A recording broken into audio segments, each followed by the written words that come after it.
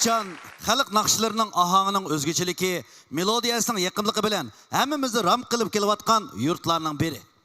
Shunday Pichan xalq naqshlarida ifodalangan jo'shqinlik, tabiiylik, mehr muhabbat xalqimizga mangu ilhom baxsh ato qiladi. Amsa tuvanda Pichan bulbuli G'unchugul Davudning bizga kelgan bayramlik sovg'asidan hammamiz birlikda bahralansak, qani sahnimizda G'unchugul, marhamat. Marhamat.